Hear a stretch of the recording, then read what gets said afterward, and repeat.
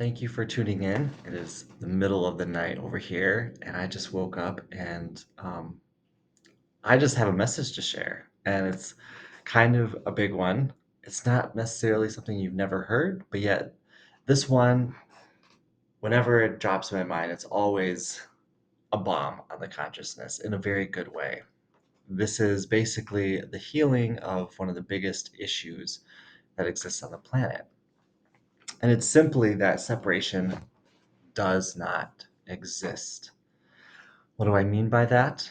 The truth is, you have everything you desire. You're not separate from anything that is good. You're not separate from heaven. You're not separate from God. You're not separate from love.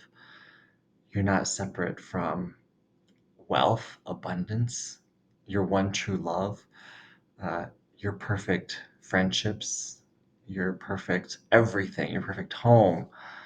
And that can seem like, okay, this guy is really delusional.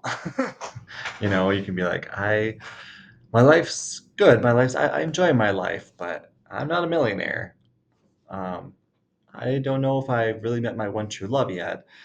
Um, I, whatever it is, I have a job that's okay, but I don't know if it's my dream job. All of these things. And wherever you are is perfect. It's fine. This is not a judgment. This is just a roadmap to the truth, which is separation doesn't exist. What does exist for you is your choice. That's how Earth works. That's actually how reality works. Is God gives you what you choose, and this can be a very big deal to really swallow, to realize that you know you and you alone creating your reality. And this is very difficult to accept on Earth because it's so easy to see victims and perpetrators. But every, system, you could say every planet has a system of beliefs that are predominant in it.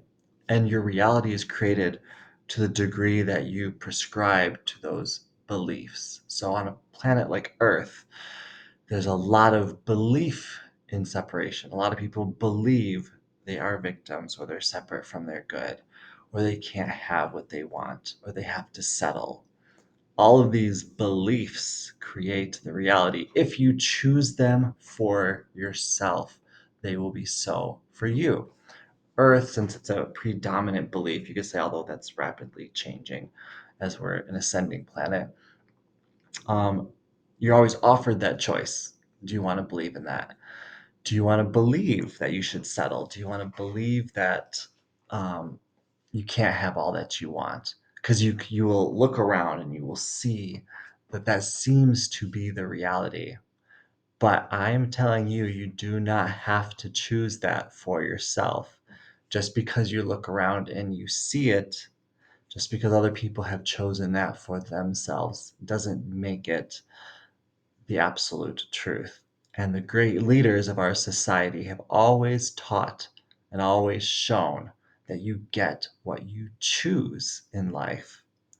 You have to choose it. Now, when it's not the predominant belief system, you have to choose it with all of your might, because it is true that whatever system you're a part of, um, you have to work through the predominant beliefs in order to manifest that bigger, juicier belief that you might be holding. I'm going to use a couple examples to demonstrate this, to show you the amount of strength it takes to really embody this truth of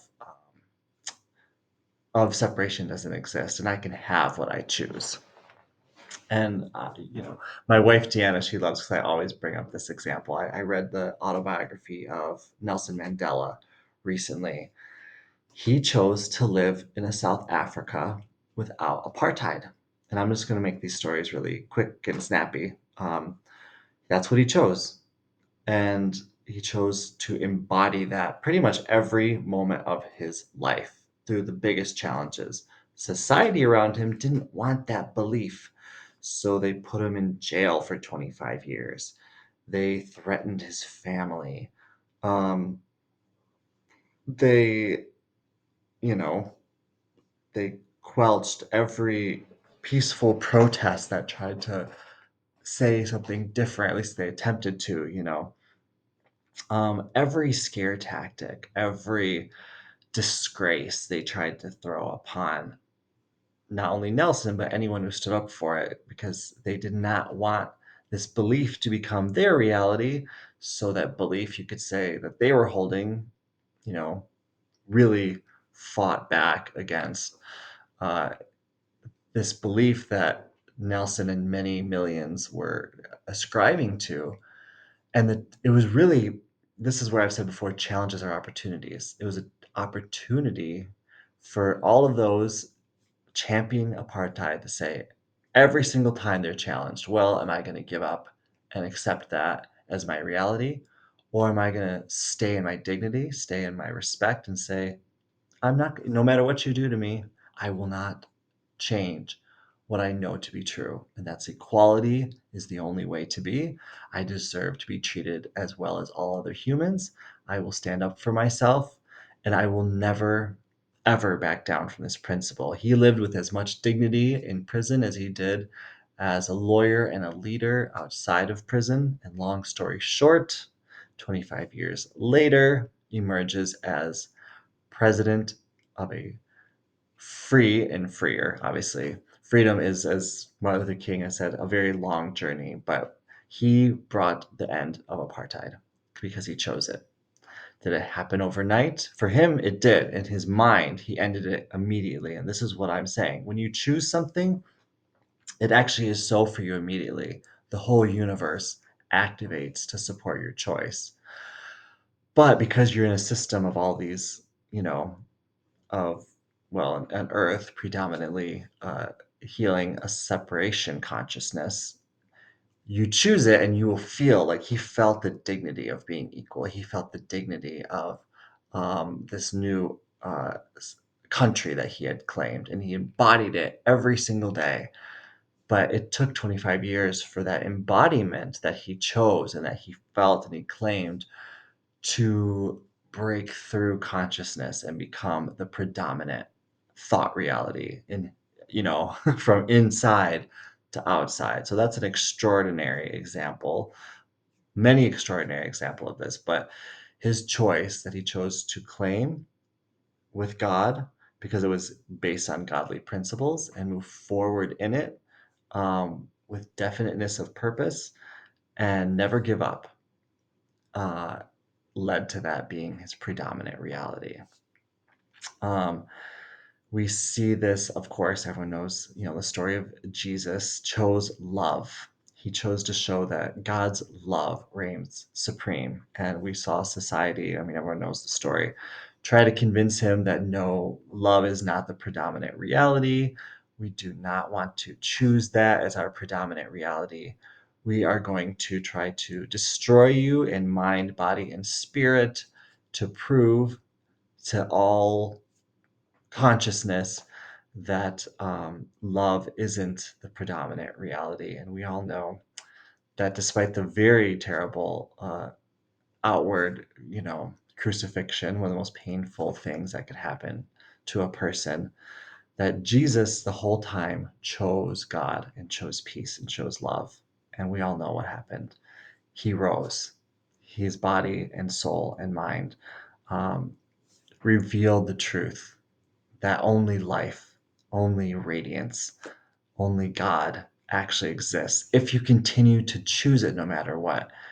Obviously, it was with that much of negative consciousness bearing down on you, that was probably, I mean, one of the most difficult things a human has ever gone through. But he only chose love, so he only got love. It's actually, that's how reality works. And this can seem like, well, shoot, I don't know if I want to keep choosing love if that's what's going to happen to me. Well, luckily, every master that clears consciousness makes it easier for the next person. And as many people know, of course, I'm going to reference, Jeff and Shalia, my teachers and their journey. When they started, teaching twin flames back in like 2012 or something like that. Been a while. um, they lost all their relationships and actually experienced some, very near homelessness. And it seemed like nobody was receptive to what they were offering, which is they just knew that God had revealed to them that that love was real and that everyone had a one true love and that everyone could live their perfect life here on earth. And even though all of reality kind of bore down on them and said, no, no, no, we're not going to have that reality, they said, yes, God has revealed that this is so for everybody, and we will find those who are ready to live their perfect life. And we will never abandon this belief because God has revealed it to be the truth for everyone, that you have a life purpose, you have an ultimate love. And we will continue to share this message until it bears fruit in ourselves fully and in society. And as we know, Twin Flames Universe Church of Union has been born, and even though it has faced an enormous amount of backlash in media and consciousness, continues to thrive, has continued to wield amazing results in my own life, and is now that new consciousness offering exactly what I'm sharing with you, the chance to claim your best life, um, despite anything on the external that will tell you that you can't have it, because the external is not actually is not actually what is true. This is what's crazy. The external is what we've chosen, and there's a big difference as a, collective. But as we all know, and I mean, I could list examples forever. We know Martin Luther King. I've referenced him. He created his reality. He said, "My external will not be what is true. It'll be what I know to be true, what God's truth is." This is why the Bible says, "You will know the truth, and the truth will set you free." Because God's truth actually will always hold the most strength. Because actually, it's the only thing with real power. God does give you anything that you choose, but any being that chooses love, that chooses God, and chooses truth will actually be the predominant and more powerful vibration in life, because that's the truth.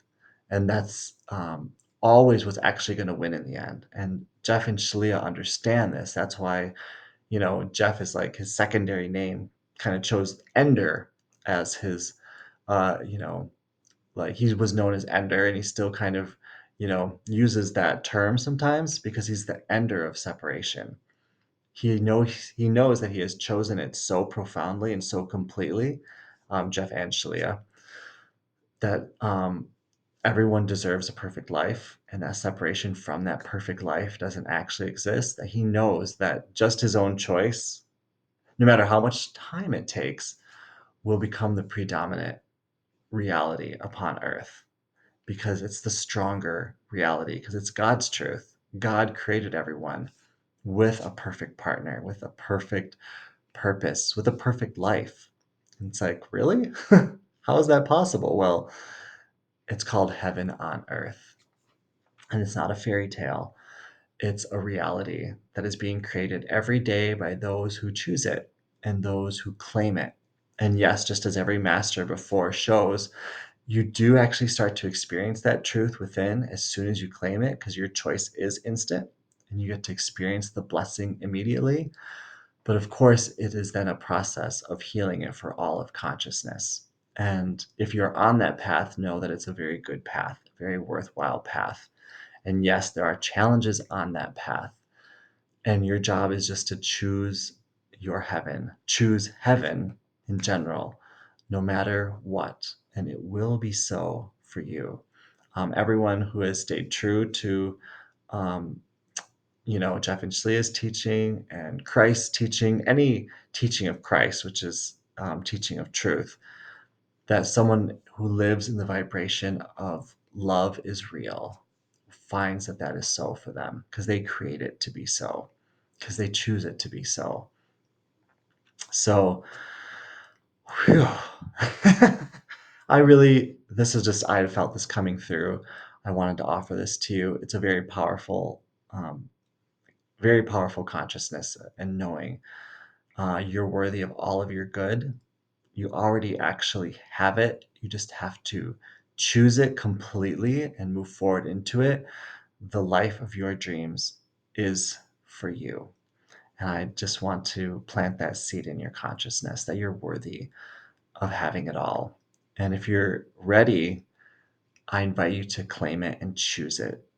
And I promise you that if you do that, if you do claim it and choose it and move towards that, partner with God with that choice and move towards that choice in everything you do, you will have it. It is law. That is how God created life to be. Just perfect and rich and beautiful in every single way. Thank you so much for watching. I send you so much love and blessing, and I'll see you next time.